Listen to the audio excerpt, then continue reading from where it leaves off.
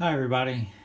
In this video I'm going to talk about my baseball field and some of the way I did it, and also some things I see when other people make baseball fields and their layouts. And I'm talking specifically about maybe this will help you if you want to put a baseball field on your layout. As I said before, there's a park called Mary Lou Patton Park, has a bunch of baseball fields in Chillicothe. This caboose was donated by the B&O to serve as a concession stand and a press box. It's not there now. They used it for several years and started getting run down.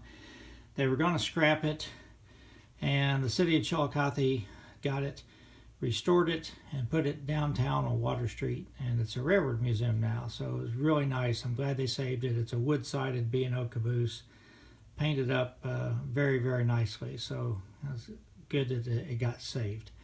I only have one picture of the caboose in place, and that's after it was sort of run down. They were getting ready to move it, had windows busted out and everything. So this was my representation of it. I remember it, but I didn't take any pictures of it. As far as for the backstop, that's all gold metal chain link fence. I cut the barbed wire off of it because baseball fields don't have barbed wire. It'd be a safety issue. And I went down and took pictures of the backstop. So it's four sections, or two sections high for four panels, and two at the top for foul balls. I haven't figured out a good way to make bleachers yet. I probably will try to do that, but that may be kind of hard. The reason why I only modeled part of a baseball field is what I want to talk about now. So this is an N scale field. Of course, you know N is 1 to 160. So on a Little League baseball field with 200-foot fences, that's for like 11 and 12-year-olds play, this is the size it would be if it was scale. That's 200 scale feet in N scale with 60 feet bases. So basically it would take up the whole layout. And I couldn't do that. Don't have much space. If you do, that's great, because I love baseball. So what I did was I just did this section right here. And that's why I don't show any bases or the pitcher's mound or anything, because they're off the layout in this case. I did do the batter's boxes and the baselines and things like that. Sometimes I see people model baseball fields, and I love it when I see it because I'm a huge baseball fan. I've seen 49 Major League Baseball stadiums, every one that they're playing with now, with the exception of the new one in Texas, which I guess technically hasn't opened yet. But we will go down there and see that next year, so I will have seen 50 Major League Baseball stadiums.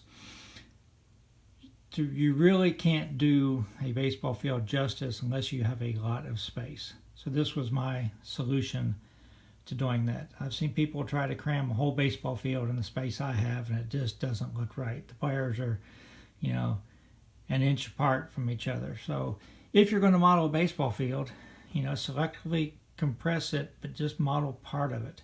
We also selectively compress our buildings. That wherever building looks like a huge building, but the real one is 10 times that size.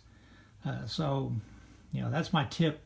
If you're going to model a baseball field, you really can't selectively compress a whole field unless you have a lot of space.